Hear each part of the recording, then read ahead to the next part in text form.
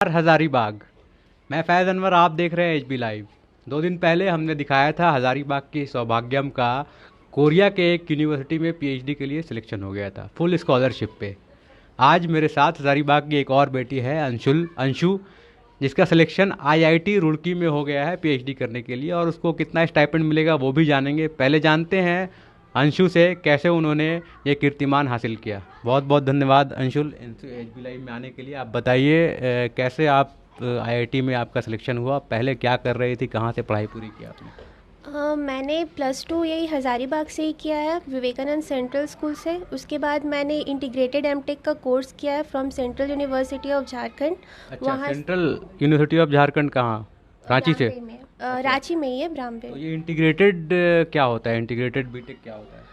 Integrated MTech था, मतलब BTech plus MTech 5 years में कंप्लीट हो जाएगा, जिसमें से 4 इयर्स जो है वो अलॉटेड होता है बीटेक के लिए, और लास्ट 1 ईयर वो एमटेक के लिए तो अलॉटेड मतलब होता है। आप इंजीनियरिंग कर चुकी हैं, और किस सब्जेक्ट में किया आपने? एनर्जी में इंजीनियरिंग। एनर्जी इंजीनियरिंग में इन्होंने एमटेक किया है, और इसके बाद पीएचडी के लिए सिलेक्शन हुआ है। तो कैसे आपने फिर आईआईटी के लिए चयन हुआ आपका? उसमें पहले दो स्टेप का प्रोसेस होता है। सबसे पहला प्रोसेस होता है कि सबसे पहले अप्लाई करना पड़ता है। उसके लिए गेट स्कोर देखा जाता है और स्टूडेंट का कितना सेमेस्टर्स में मार्क्स आया है, अच्छा। Total CGPA. तो उसके हिसाब से इंटरव्यू के लिए सिलेक्शन होता है, और इंटरव्यू के लिए सिलेक्शन होने के बाद फिर जो शॉर्ट लिस्टेड स्टूडेंट्स हैं उनका इंटरव्यू होता है, और लास्टली उनमें से लास्टली सिलेक्शन होता है जिनका परफॉर्मेंस अच्छा लगता है फैकल्टीज़ को, उनका लास्टली फिर फाइनल लिस्ट में सिलेक्शन होता है। तो ये गेट स्कोर कितना था आपका, गेट स्कोर? मैंने इंजीनियरिंग साइंसेज में गेट का एग्ज़ाम दिया था। उसमें मैंने ऑल इंडिया रैंक 385 पाया, और गेट स्कोर मेरा 379 है। ऑल इंडिया रैंक 385, मतलब कितने लोग देते हैं, और आपका कितना सिलेक्शन हुआ? अप्रॉक्स उस ब्रांच में तो आई थिंक 1 2 या 5,000 इसी में देते हैं, मुझे एग्जैक्टली याद नहीं है उसमें इतना। फिर भी 385 कैसा स्कोर है? अच्छा स्कोर है, बहुत अच्छा है? Good score. गुड स्कोर है। और आपने सीजीपीए का बात किया, तो आपके इंजीनियरिंग में कितना स्कोर था टोटल? अब तक का जितना स्कोर है 9+ से है, मतलब 9.3 और 9.4। 9.3? मतलब इतना मार्क्स भी आता है इंजीनियरिंग के स्टूडेंट लोग को? हम तो, मेरे दोस्त लोग हैं जो 60-65% लाते हैं वो। 9+ सीजीपीए। तो मतलब बहुत अच्छा स्कोर है ये। हाँ, अगर एकेडमिक फील्ड से देखा जाए तो अच्छा स्कोर है। तो क्या ये बेसिस बना आपके सिलेक्शन में, सीजीपीए स्कोर और गेट स्कोर मिला के ये इंटरव्यू के लिए कॉल किया गया? हाँ, वो लोग यही देखते हैं किनका सीजीपीए, किनका एकेडमिक परफॉर्मेंस अच्छा है, और किनका नेशनल लेवल एग्ज़ाम क्वालिफाई हुआ है, उसके हिसाब से वो कट ऑफ निकालते हैं। और जनरली जिनका सीजीपीए अच्छा होता है उन लोगों का सिलेक्शन होने का चांसेस इंटरव्यू के लिए ज़्यादा होता है। बिल्कुल। तो ये आईआईटी में किस सब्जेक्ट में आप पीएचडी करेंगे आप? मेरा hydro and renewable energy department में सिलेक्शन हुआ है। अच्छा, तो इसमें अब 4 साल आपको देना पड़ेगा, कितना साल देना पड़ेगा? ऐसे ही नॉर्मली कोर्स 5 इयर्स का होता है, लेकिन अगर स्टूडेंट चाहे, मतलब अगर ज़्यादा मेहनत करने वाला हो तो 3-4 साल में भी वो कंप्लीट कर सकता है, और ज़्यादा से ज़्यादा। क्या आप ज़्यादा मेहनत करने वाली हैं कि कम मेहनत करने वाली? हो तो इतना है कि शायद हो ही जाएगा 3 या 4 साल में ही। 4 साल में हो हाँ, जाएगा। लेकिन मैक्सिमम लोगों का 6-7 भी चला जाता है, इतना भी जाता है। 6-7 भी चला जाता है? हाँ, उतना भी चला जाता है। तो देखिए कितना कठिन होता है आईआईटी से पीएचडी करना। शायद बहुत सारे थीसिस सबमिशन करने पड़ते होंगे। पहले तो आइडिया एक होता है कि किस सब्जेक्ट में पीएचडी करेंगे, किस टॉपिक पे पीएचडी करेंगे, वो ढूंढना बहुत कठिन होता है। उसके बाद फिर भी एक आईआईटी रुड़की बहुत बड़ा इंस्टीट्यूशन है। आपको अभी कैसा फील हो रहा है, मतलब सेंट्रल यूनिवर्सिटी ऑफ झारखंड में आप रही हैं, उसके बाद फिर आईआईटी जाएंगी? बहुत अच्छा फील हो रहा है। सबसे अच्छा लग रहा है कि मेरे फैमिली में सब खुश है बहुत। और फिर मैं जिस बैकग्राउंड से आती हूँ वहाँ पे जनरली लड़कियाँ उतनी ऊपर ऊंचाई तक नहीं पहुँच पाती, तो इससे और लोगों को प्रेरणा मिलेगी मतलब उस कास्ट ये उस जगह के लोगों को जहाँ से मैं बिलोंग करती हूँ। कहाँ से आप बिलोंग करती हैं? मैं बड़का गांव से बिलोंग करती हूँ, तो वहाँ की लड़कियों को प्रेरणा मिलेगी कि आगे और पढ़ने की प्रेरणा मिलेगी इससे। बिल्कुल। तो बड़का गांव से आप हैं, हज़ारीबाग में ऐसे रेंट पे रहती हैं क्या? नहीं, मेरा यहाँ अपना पे घर है, क्या वहाँ हाँ। पे मेरा मतलब दादा दादी वहीं अच्छा, से। मतलब मेन आप लोग का ओरिजिन जो है वो बड़का गांव है। तो देखिए कितने गर्व की बात है, बड़का गांव से, जहां मतलब एक छोटा सा गांव है हज़ारीबाग से, बड़ा गांव है, बड़का गांव नाम है इसीलिए, तो वहाँ की एक लड़की जो है अब आईआईटी में जाएगी, तो एक बहुत बड़ी, हज़ारीबाग के लिए बहुत बड़ी गर्व की बात है कि गांव गांव से भी लोग अब आईआईटी रुड़की में या फिर आईआईटी में सिलेक्शन हो रहा है, पीएचडी करने जा रहे हैं और अपने गांव का भी नाम रोशन कर रहे हैं। तो आप अब तो चली जाएंगी आईआईटी में, ये बताइए क्या स्टाइपेंड भी मिलेगा आपको, पीएचडी करने जाएंगे पैसा भी मिलेगा या फिर आपको घर से पैसा मंगाना पड़ेगा, इसके लिए क्या होगा? नहीं, जो पीएचडी करते हैं उनको वहाँ से as per the MHRD norms वहाँ से पैसा मिलता है स्टाइपेंड के रूप में। तो ऐसे 5 साल का नॉर्मली कोर्स होता है ऑफिशियली, तो 3 साल वो 31,000 पर मंथ देते हैं और लास्ट 2 इयर्स में 35,000 पर मंथ देते हैं। मतलब देखिए इनको पीएचडी के लिए पैसा ही मिलेगा, अगर पैसा नहीं मिलता तो आप फिर करती पीएचडी 5 साल ऐसे? नहीं, थोड़ा चुनना ये कठिन होता है फाइनेंशियली। थोड़ा मुश्किल होता है। हाँ, अभी अगर कोई स्टाइपेंड टेंशन नहीं नहीं होता, है? नहीं वैसा नहीं, अब कोई टेंशन कोई नहीं टेंशन वैसा। नहीं है, मतलब पढ़ने के लिए कम से कम पैसा नहीं मांगना पड़ेगा घर से, आपको तो पैसा मिलेगा हाँ, ही, जो यही आप एक बचा के कारण घर होता भेज है, भी सकती हैं। यही स्टाइपेंड ही एक कारण होता है जो स्टूडेंट्स को उसके लिए अट्रैक्ट करता है हायर एजुकेशन के लिए।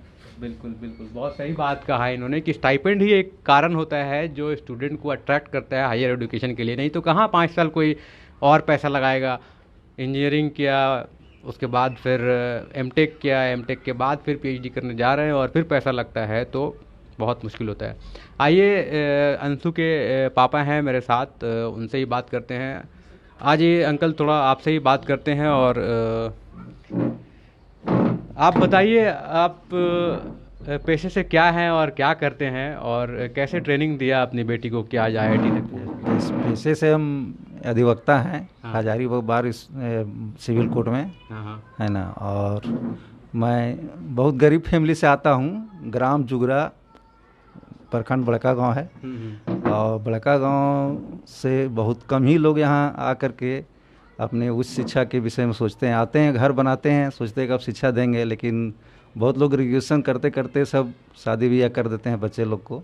लेकिन आपने नहीं सोचा कि अब लड़की इंजीनियरिंग कर ली, अब शादी कर देना चाहिए, लड़का ढूंढते हैं? हम सबके लिए सोचते हैं, बच्चा लोग को सोचते हैं कि हायर एजुकेशन देने के बाद शादी तो होगा ही। हाँ। शादी नहीं होने के बाद है नहीं, सो शादी तो होगा ही, लेकिन हायर एजुकेशन होने के बाद वो अपने पैर पर सिर्फ खड़ा हो जाएंगे अपने, है ना। किसी तरह का स्टाइपेंड मिलेगा 31,000 रुपया, उससे आप मंगाएंगे क्या बेटी? नहीं, हम तो अभी वो तो कहीं बाहर भी जाएगी पढ़ने के लिए, हो सकता है विदेश भी जाना पड़े, तो उसके लिए भी उस खर्च होगा। और आप रेडी हैं खर्च करने? हाँ, खर्च जो भी खर्च होगा, जो होगा उसी पर हम लोग अभी तक तो उसी पर हैं, बेटा को भी पढ़ाए। तो अब तो मम्मी से भी बात करना पड़ेगा इनकी, कहाँ है मम्मी को जरा बुलाया जाए, थोड़ा उनसे भी जानते हैं कि उनकी क्या राय है, क्योंकि अब बेटी 5 साल बाहर रहेगी और आईआईटी में पढ़ेगी, तो वो क्या सोचती हैं, क्योंकि अब जनरली गांव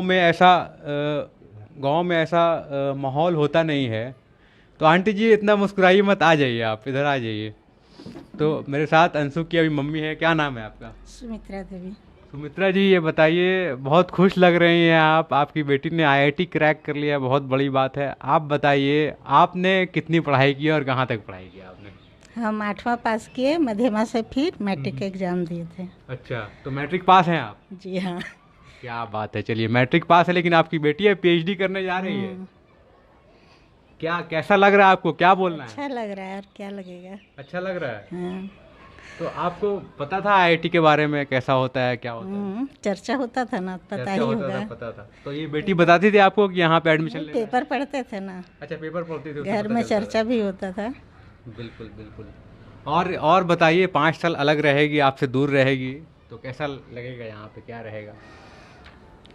कैसा लगेगा, ठीक ही लगेगा। ठीक ही अब पढ़ने लगेगा। अपना भविष्य के लिए रहेगी तो अपना भविष्य बना के थोड़ा बड़ा आदमी बन के, औरत बन के आएगी, एकदम लेडी जेंटलमैन जेंटल वुमेन बन के आएगी, तो ठीक ही लगेगा। ठीक ही लगेगा। हाँ।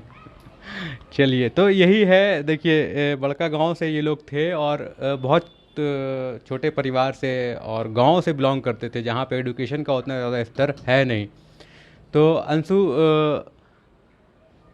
ये बताइए, आपके आंख में तो आंसू आ गया, लग रहा है कि मम्मी से आप लोग दूर रह जाएंगे, ऐसा लग रहा है क्या? नहीं वैसा नहीं, कोई ऐसा बात कुछ नहीं नहीं लग रहा है, है। नहीं।